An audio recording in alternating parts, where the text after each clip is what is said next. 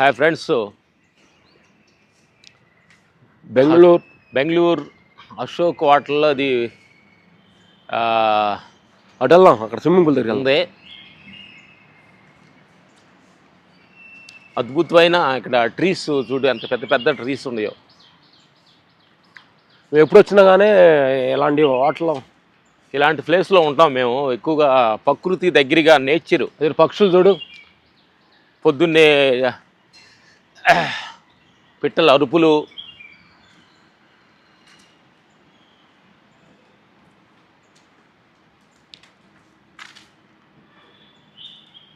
ఎందుకేనంటే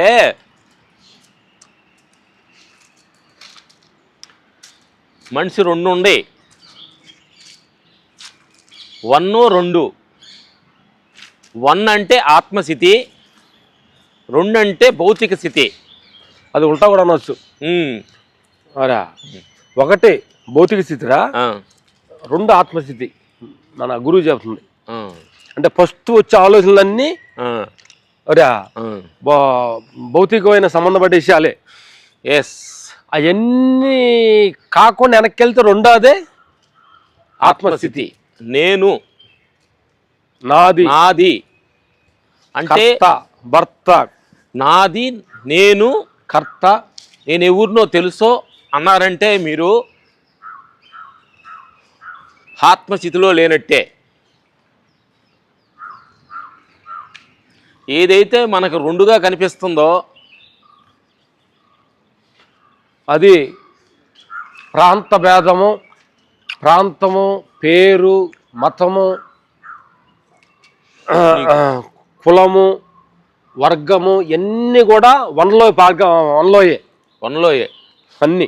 నేను అనుకున్న వాటిల్లోనే ప్రాంతానికి, మతానికి, కులానికి అవతాళ ఒడ్డునున్నది రెండవది ఆత్మస్థితి. దీంట్లో ఎప్పుడు కూడా వనస్థితులు ఎప్పుడు మార్పులు, చేర్పులు, నష్టాలు, లాభాలు, పుట్టడం, నష్టటం ఉంటాయి.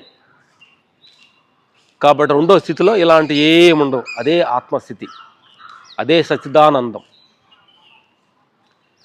సదాశివం. నా మిత్రులారా,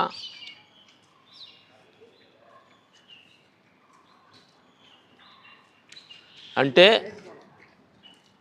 3 ఆత్మస్థితిలో 3 ఉంటారు అనేది గురువుల దగ్గర చెప్పుకున్నది. ఏంటంటే ఒకళ్ళు చిన్నపిల్లవాళ్ళు, రెండోది ఏది రెండో స్థితిలో ఉన్న స్థితి అది పిచ్చివాళ్ళు, జ్ఞాని. ఈ 3 సెకండ్ పార్ట్లో ఉంటారు. ఫస్ట్ పార్ట్లో ఎన్నే ఉంటాయి. నేను పలానా కులం నాది, పలానా ప్రాంతం నాది, నేను పలానా జాబ్ చేస్తున్నా, నేను అని చెప్పి నేనులో ఎక్కువ జీవిస్తూ ఉంటాం అనమాట. ఎందుకంటే నా మిత్రులారా, ఇంత అద్భుతంగా నేచరు కిలకిలిస్తుందా చూడు. అద్భుతంగా పక్షులు కిలకిలలాడుతూ స్విమ్మింగ్ చేస్తున్నారు. ఇటెళ్ళి అటు వద్దారా.